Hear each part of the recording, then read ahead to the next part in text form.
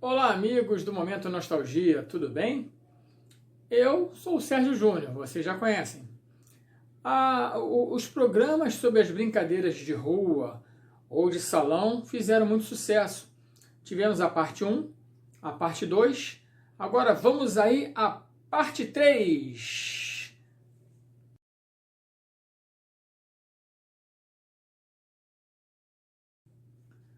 Pois bem, nessa parte 3, vamos abordar agora, por exemplo, né, o jogo de prego. O jogo de prego é uma reprodução do futebol numa madeira. As pessoas pregavam, né? Cada lado do campo pregava os 11 jogadores, né? Um goleiro e 10 jogadores de linha. Do outro lado a mesma coisa. Poderia desenhar com tinta ou não o campinho de futebol. E se usava uma moeda como bola, você petelecava com o dedo, né? Então cada um tinha direito a um chute, a uma petelecada só. Dependendo da área, podia ser mais. 2, por exemplo, um para preparar e outro para tentar o gol. Mas aqui na minha área aqui de Maria da Graça, zona norte do Rio de Janeiro, era um peteleco para cada lado. Então você tinha que ao mesmo tempo você tentar visualizar o gol, dificultar a jogada seguinte do adversário para você tentar fazer o gol, tentar prender a bola no ataque para tentar fazer o gol. Então, depois teve o jogo profissional. Saiu o jogo, né, original de empresa, né, com os pininhos encaixados, o goleirinho lá, um espacinho onde a bola entrava, aí já era uma bolinha de bilha. Era uma bolinha de bilha e vinha um par de palito, tipo palito de sorvete, né, que você impulsionava então com a paleta. Você dava aquela paletada, aquela batidazinha na bola tentando o gol. Então chegou a ter, o campo era camurçado, né, e os pininhos encaixados, e cada time de uma cor. O que eu tive, por exemplo, foi verde e vermelho. Um lado verde e um lado vermelho. Meu pai me deu. Então a gente vinha com a bilhazinha, né, os 2 palitos, um para cada jogador, para cada adversário. Então você dava aquela, né, paletada na bolinha tentando fazer o gol. Era muito legal. Jogo de prego. Quem não podia comprar o original, fazia o seu próprio. Bastava prego, 22 pregos, um martelo e uma tábua, né, plana e uma moedinha, dependendo da distância dos pregos, uma moedinha de centavos. Jogo de bola de gude, né? Era uma coisa que acontecia, você via em todo quanto era canto aqui na zona norte aqui do Rio de Janeiro.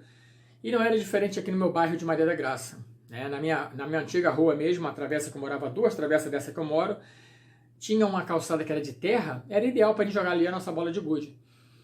O jogo eram várias variações, né?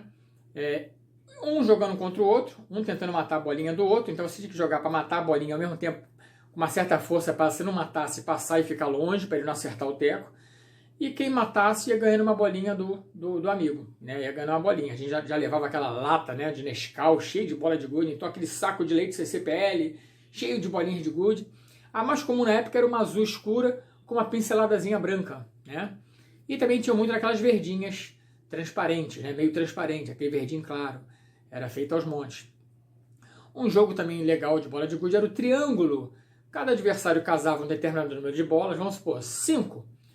Cada um casava 5 e a jogada tirava o paroímpa para ver quem começava. Então você ia tentando no teco tirar as bolinhas de dentro do triângulo, seja as suas que você casou ou a do adversário. Aquelas que você fosse tirando do triângulo, ia ficando para você. Mas a sua bola de jogo não podia parar dentro do triângulo, senão você morreu. Perdeu todas as bolas que estavam no triângulo para o adversário. Então era isso aí, o jogo do triângulo. E também tinha um jogo de búlica ou búrica. Você fazia 3 buracos na terra, né? Uma distância boa entre um e outro, tipo 3 metros, né? E a intenção era um matar o outro ao mesmo tempo que tentava entrar na búlica.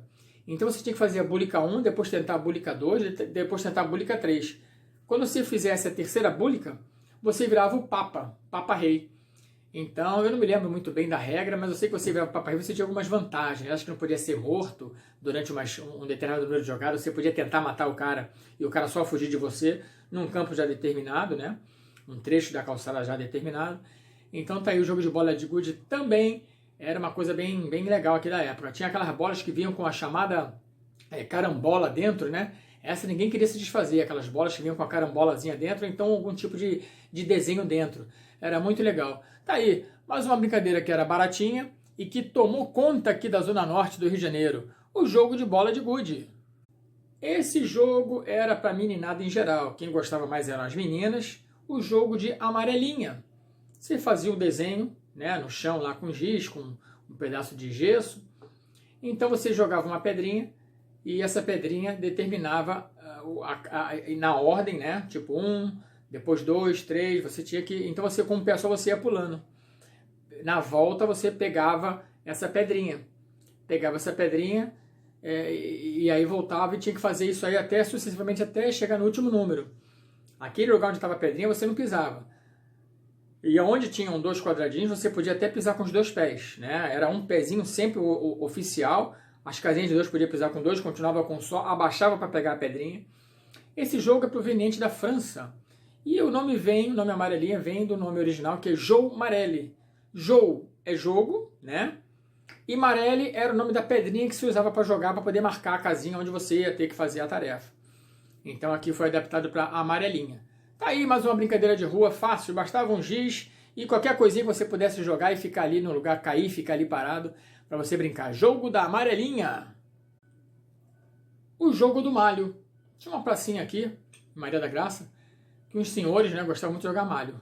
O malho de bairro, que eu chamo, né, aquele jogo já mais simplificado, era um pino de madeira, né, e faziam questão de pegar um pino, fazer no torno, um pinozinho bonitinho, né, um pino bem feitinho, e um disco de madeira ligeiramente amendoado, né, para poder ter um atrito melhor, deslizar melhor na areia, e o chão melhor, o piso melhor para se jogar era um lugar que tivesse realmente areia, uma terra batida, né, a pracinha aqui era assim. Então ficava numa distância considerável um do outro, uns 7, 8 metros, e você pegava aquele disco ali e jogava ele rasteiro, para tentar derrubar o pino alheio. E pior que não era tão difícil, as pessoas tinham uma pontaria boa, interessante. O disco era um disco razoavelmente grande, né? O pino também tinha uma largura interessante, então não era difícil derrubar o pino. Era você ter um treinozinho lá, você conseguia jogar bonitinho. A forma de jogar era como se fosse, vamos dizer assim, um boliche, né? Você andava assim, jogava e deixava ele deslizar, ele ia embora. Então, jogo de malha. Claro que esse jogo é adaptado de outros jogos, né? Mais profissionais, por exemplo, usava disco de metal, tinha lance de aproximação, se ficasse perto do ponteiro fazia um ponto. Mas o malho que se jogava aqui no bairro era um malho simplificado. Era um jogando contra o outro e o objetivo era um derrubar o pino do outro e ia contando pontos. Aí fazia tipo, partida de 10. Então ia jogando até alguém derrubar 10 vezes o pino do adversário e ganhar a partida. Eu gostava muito de assistir o jogo do malho. Quem dera que voltasse, né? Agora que eu tô da idade daqueles que jogavam na época, lá nos anos 70, a gente joga um jogo de malho aqui na pracinha. Tá aí, o jogo de malho de bairros. Garrafão. Esse exigia uma rua larga. Por quê? Porque você desenhava com gesso, principalmente gesso, que o giz acabava logo. Desenhava um garrafão, né? Com aquela boca aberta e o corpo do garrafão. Tinha um pegador e tinha os fugitivos. Podiam ser 2, 3, 4, 6, né? Não podia ser muita gente, para também não ficar confusa a brincadeira. Então, o pegador, ele só podia entrar e sair do garrafão pela boca. E tinha que tentar pegar alguém dentro do garrafão. As pessoas dentro do garrafão tinham que ou driblar ele e fugir pela boca do garrafão, ficar do lado de fora, ou podia sair do garrafão pelas laterais ou pelo fundo com um pé só, mas tinha que ficar pulando num pé só, do lado de fora. Então, se a pessoa se afastasse muito do garrafão e o pegador tivesse a agilidade de sair pela boca, correr e pegar a pessoa tá pega, ela vai virar o pegador. Entendeu? Então, quer dizer, o pegador tinha que tentar pegar as pessoas dentro do garrafão, mas proteger a boca, para tentar não deixar os fugitivos saírem. E os fugitivos podiam sair do garrafão num pé só, ficar quicando num pé só, que nem um saci, né? Para poder fugir do perigo. E o pegador não podia pegar pela lateral e pelo fundo do garrafão, tinha que sair pela boca. É como se imaginasse ali que realmente fosse um garrafão e você não tem acesso à saída. Então essa brincadeira era muito interessante, mas exigia uma rua larga, para as pessoas terem espaço para driblar o pegador dentro do garrafão, né, e ter tempo de fugir para a lateral se fosse no caso de um pé só. A brincadeira do garrafão, também outra muito conhecida e famosa aqui no Rio de Janeiro, nos anos 70 e início dos anos 80. De uns anos para cá, né, com justiça, né, o balão está proibido, porque realmente causa acidente, causa... Quantos incêndios, não é falácia, quantos incêndios aconteceram, né? E até risco de desastre aéreo. Inclusive, recentemente, um balão caiu em cima de um avião que estava parado no aeroporto, o balão parece que caiu em cima dele, pegou fogo, mas a equipe de bombeiro lá, combate ao incêndio, apagou rápido, não teve dano à aeronave, a não ser uma pequena mancha na sua fuselagem, na sua pintura, né? Não atrapalhou o voo, mas olha só, recentemente agora, em maio agora de 2023, né? Escutei no rádio. Então, mas era uma brincadeira que faziam muito, e nos anos 80 tivemos uma verdadeira febre no Rio de Janeiro, foi quando estavam citando que existia o King of the Kings, um balão carrapeta gigante, que ia ser solto de algum ponto do Rio de Janeiro.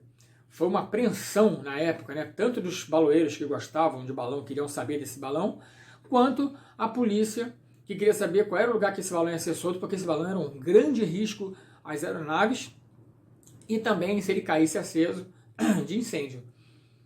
King of the King, grande risco da época aí, e esse balão marcou realmente uma época aí, até hoje ele é comentado. Mas o que eu achava engraçado era aqueles balãozinhos japoneses, muito usados em festa junina, né? Um papelzinho fino com um desenhozinho clarinho, aquela buchinha pequenininha. Então ele subia, com uns 20 metros ele já apagava. Apagava e aí começava a cair. Aí você via só aquela sombrinha branca, esbranquiçada assim caindo. A gente corria para pegar o balão japonês. Um voo curto, mas que divertia a garotada. E esse não oferecia risco a ninguém. Tá aí. O balão também foi uma diversão da rapaziada. E eu pertenci a uma turma chamada Tubalões aqui de Maria da Graça, do Fernando Baú. Um abraço, Fernando Baú, grande Fernando. E a turma Tubalões de Maria da Graça. E dessa forma encerramos aqui a parte 2 dessas brincadeiras de rua e joguinhos, né? Espero contar aí com a inscrição de vocês, a divulgação. E quem sabe aí vamos nos ver aí numa parte 4. Um abraço e até a próxima!